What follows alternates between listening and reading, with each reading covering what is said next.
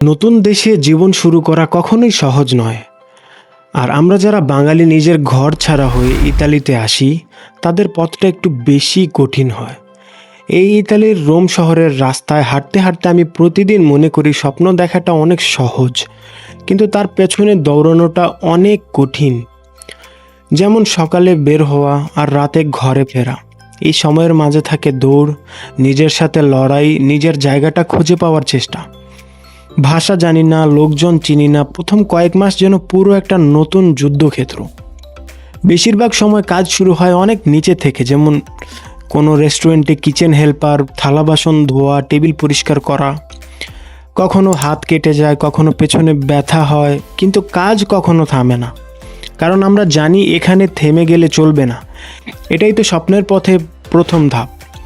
কখনো কখনো মনে হয় এই পথটা কি খুব লম্বা হয়ে গেল। ঘরে থাকা পরিবারটাকে ভিডিও কলে দেখে বুকটা হালকা দম নিয়ে ওঠে। তবুও নিজের মনকে বোঝাই, ধৈর্য ধর, সময় ঠিকই বদলাবে একদিন।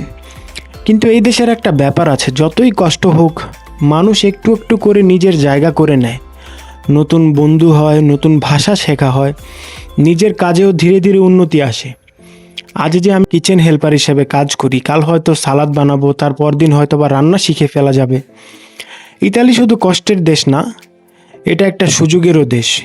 যে কেউ পরিশ্রম করলে ধীরে ধীরে নিজের পথ খুঁজে নেয়।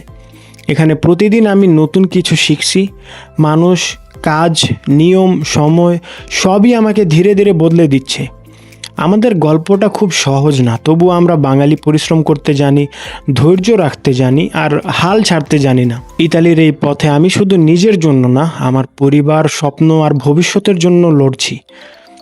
একদিন হয়তো ঠিক সব কিছু বদলে যাবে, শুধু প্রয়োজন একটু সাহস আর একটু বিশ্বাস। আপনারা যারা নতুন ইতালিতে এসেছেন, শুধু ইতালি না, পৃথিবীর যে কোনো দেশে আপনারা যদি থাকেন, প্রথম দিকটা আপনার অনেক কষ্ট হবে, অনেক স্যাক্রিফাইস করতে হবে, নিজেকে মানিয়ে নিতে অনেক কষ্ট হবে, কিন্তু ধীরে ধীরে আপনি একটা পর্যায়ে যে সেট হতে পারবেন। শুধু দরকার একটু আত্মবিশ্বাস, একটু সাহস আর আল্লাহর উপর ভরসা।